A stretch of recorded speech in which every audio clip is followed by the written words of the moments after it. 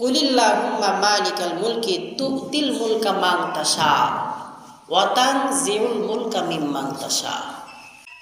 ক্ষমতা দেওয়ার মালিকও আল্লাহ তাআলা, আবার ক্ষমতাচ্যুত করার মালিকও আল্লাহ তাআলা, আল্লাহ পাক। সম্মান দেওয়ার মালিকও আল্লাহ তাআলা, আবার বেইজ্জতি করার মালিকও আল্লাহ পাক রব্বুল আলামিন। আল্লাহ বললেন, নবী, কুলিল্লাহুম্মা মালিকাল মুলকি তুতিল মুলকা মান তাশা। আমি যাকে চাই তাকে আমি ক্ষমতা দান করি, শক্তি দান করি, আবার যাকে চাই তাকে থেকে এটা ছিনিয়ে নেই। যাকে চাই আমি রব সম্মানিত করি, আবার যাকে চাই তাকে আমি আল্লাহ তাআলা লাঞ্ছিত করি। জহারুল ফাসাদ ফিল বাররি ওয়াল বাহরি বিমা কাসাবাত আইদিন নাস। জলে এবং স্থলে যত বিপর্যয়ের সৃষ্টি হয়, দাঙ্গা হাঙ্গামা সহ যত বালা মুসিবতের সৃষ্টি হয়, সব মানুষের দুহাতের কামাই। তো যাই হোক, বলতেছিলাম আল্লাহ পাক যাকে চান তাকে ক্ষমতার চেয়ারে অধিষ্ঠিত করেন, ক্ষমতার চেয়ারে বসা। আগামীতে আমাদের নির্বাচন, আগামী 12 তারিখ আমাদের কি, জোরে বলেন, আমাদের বাংলাদেশে আমরা সবাই আশাবাদী যে একটা গ্রহণযোগ্য নির্বাচন আমরা পাবো বলে আশাবাদী। কথা বল ঠিক কিনা? সুষ্ঠু একটা নির্বাচন হোক। এদেশের 18 কোটি মানুষের হৃদয়ের চাওয়া পাওয়া এটা। আর নির্বাচন হয় ভোটের মাধ্যম দিয়ে। কিসের মাধ্যম দিয়ে? ভোট শব্দের শাব্দিক অর্থ হলো সমর্থন করা, সাক্ষ্য দেওয়া, সাপোর্ট করা, সাহায্য সহযোগিতা করা। তাহলে ভোট শব্দের অর্থ সাক্ষ্য দেওয়া। কি দেওয়া? সাক্ষ্য দেওয়া, সমর্থন করা, সাপোর্ট করা, সাহায্য করা, সহযোগিতা করা। আর পরিভাষায় ভোট বলা হয় আমাদের মহামূল্যবান আমানত, মহামূল্যবান আমানত, মহামূল্যবান আমানত। গুরুত্ব বেশি, এজন্য 3 বার বলা হচ্ছে।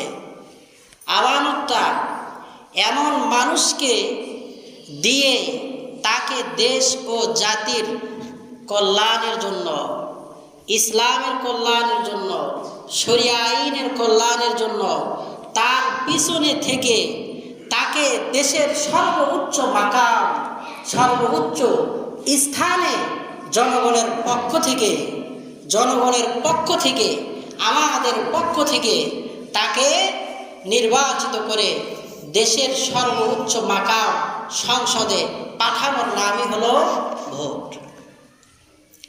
এবার আসেন,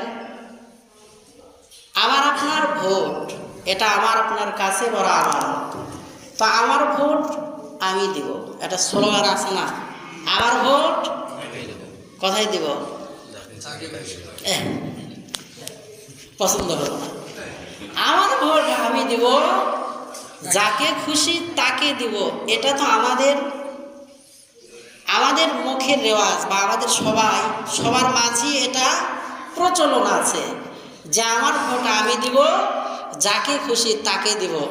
আমরা বলি আমার ভোট আমি দিব সৎ, যোগ্য, খোদাভীরু, আল্লাহকে যে ব্যক্তি ভয় করে, নামাজি, যার দ্বারা দেশের মাটি ও মানুষের কল্যাণ হবে, ইসলামের ভালো হবে, শরিয়া আইনের ভালো হবে, তাকেই দেব। কথা বলেন ঠিক কিনা? আমার ভোট আমি দেব দেখে শুনে ইসলামের পক্ষে, শরিয়ার পক্ষে সব যোগ্য ব্যক্তিকেই দেব। তবে সে সব যোগ্য মানুষ যে কোনো মার্কা নিয়েই হতে পারে। চাই সে নৌকা নিয়ে নির্বাচন করুক, চাই সে নাঙ্গল নিয়ে নির্বাচন করুক, চাই সে বটগাছ মার্কা নিয়ে নির্বাচন করুক, চাই সে ধানের শীষ নিয়ে নির্বাচন করুক, চাই সে দাড়িপাল্লা নিয়ে নির্বাচন করুক, চাই সেই ব্যক্তি রবিন ফারহানার হাঁস নিয়ে নির্বাচন করুক, চাই সেই ব্যক্তি শায়েকে চরমনায়ের হাত পাখা নিয়ে নির্বাচন করুক। যে মার্কা নিয়েই নির্বাচন করুক না কেন,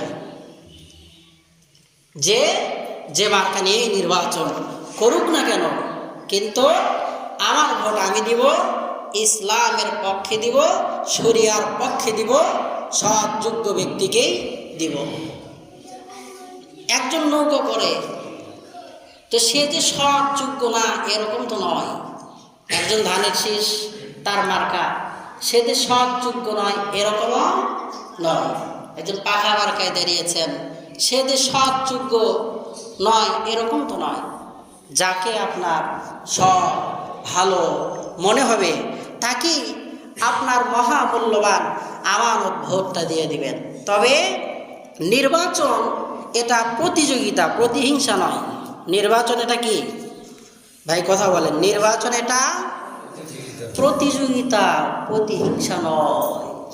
তো বর্তমান বাংলাদেশের প্রেক্ষাপটে যে নির্বাচন হচ্ছে, এটা তো একেবারেই প্রতিযোগিতা হবে, কিন্তু প্রতিহিংসাই বেশি। কথা বলেন ঠিক কিনা? প্রতিহিংসা করা যাবে না। ভোট আসবে, ভোট যাবে, যার যেখানে ভালো লাগবে সেখানে দিবে, কিন্তু বুঝে শুনে যাকে ভালো মনে হবে তাকেই দিবে। এ নিয়ে মারামারি, এ নিয়ে কথা কাটাকাটি, এ নিয়ে অনেক কিছুই হয় কি না, এগুলো করা যাবে না। ভোট আসবে, নির্বাচন আসবে, নির্বাচন যাবে, কিন্তু আপনার জানটা যদি চলে যায় সেটা কি আর ফিরে আসবে? কথা বলেন, ফিরে আসা সম্ভব? কেমন পর্যন্ত আর ফিরে আসা সম্ভব নয়। কিন্তু নির্বাচন আজকে গেল, আবার 5 বছর পর ফিরে আসবে, আপনি রইলেন না। আপনার জীবনের একটা দাম আছে।